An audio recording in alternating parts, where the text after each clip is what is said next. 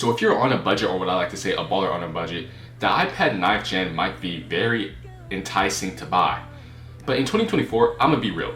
You shouldn't buy this tablet, and I'm gonna tell you why. Obviously, we're nearing the end of the year, which basically makes this iPad almost 4 years old. I mean, it was originally released in 2021, and we're about to be at 2025. But over the past couple of months, I've been scrolling through Amazon, and this iPad is still popular for some reason. I don't know why. Especially with how outdated this iPad is now in 2024. And I feel like there's just other tablets that are better, that if you pay a little bit more, you won't regret it. So let's talk about the iPad 9th Gen in 2024 right now. iPad 9th Gen is obviously rocking that classic nostalgic iPad body. I mean, there really isn't much to commentate on it besides you are getting Touch ID, and it still uses the Lightning connector. It still has a headphone jack. But other than that, it's not really anything new with this iPad. I mean, it's the same iPad we've been getting for the past decade at this point. Now, this is a Retina IPS LCD display, which is 1620 by 2160. And I mean, the display is honestly decent for 2024. But keep in mind, it's not an OLED or a liquid retina display. So, you know, when you buy this iPad, that's just kind of something you're gonna have to sacrifice. And also, when it comes to camera, so the main camera is an 8 megapixel back camera. I really hope you're not running up to people and taking photos with your iPad of them. But the selfie camera on the front is 12 megapixel and obviously has center stage. So when you have video apps and other, applications to receive video calls, it just centers your face and it works really well. And the quality is, iffy, but to be fair, it's 200 bucks. Let's just leave it at that. Now let's talk about the performance and the insides of this iPad. This is powered by the A13 chip along with 3 gigabytes of RAM, which in 2024 may not seem terrible because the iPhone 11 also received the iOS 18 and it seems to be working like okay.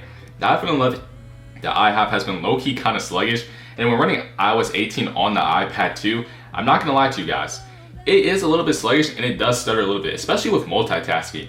Now, what I primarily use my iPad for when I actually do use it is for just media consumption and doing schoolwork and playing a couple of games here and there. And the games work perfectly fine, but when it comes to just multitasking and having multiple apps open, there's just not enough RAM on this iPad in 2024 for it to handle it. I mean, this is the last device that Apple sells that has 3 gigabytes of RAM. It really just shows you the difference between 3 and 4 gigabytes of RAM. I feel like the A13 might be fine, but I think it's just the RAM that is bottlenecking it because you just can't have that many applications open at the same time. And to be fair, when it comes to games and apps, everything runs like perfectly fine. I mean, obviously you shouldn't be photo or video editing on this iPad. But to be fair, the App Store honestly has apps that are perfectly optimized for this iPad and that will run fine. But if you're looking to play any heavy games, then obviously stay away from this iPad at this point. And then finally, the last key thing I want to harp on is battery performance of this iPad. The 8,557 milliamp hour battery. Now that may seem a lot, but keep in mind, this iPad is running iOS 18 on the A13 chip. And this is one thing I have noticed, that this iPad can actually get pretty hot and can lose battery life fairly quickly. Now, I've been able to make it through a day with this iPad on like some light usage, but if you're running like heavy applications, heavy loads, and just doing media consumption all day long, then I'll be real, you can probably burn this iPad to the ground easily. So in terms of the iPad 9th Gen, in my opinion, I just honestly think it's outdated and that you could really do better. And the fact is, sure, you may be able to find this iPad for $200, but to be fair, for $60 to $80 more, you have the iPad 10th Gen, which is just 10 times better than this iPad, and I think more people should go with anyway.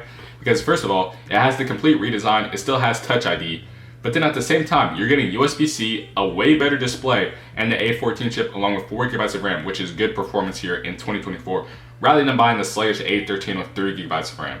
So if you're looking to buy an iPad in 2024 that's on a budget, I'd rather go with the iPad 10th Gen, and also it is 10.9, so you get a bigger display and more screen to work with anyways. I don't know who wouldn't choose that iPad over this one.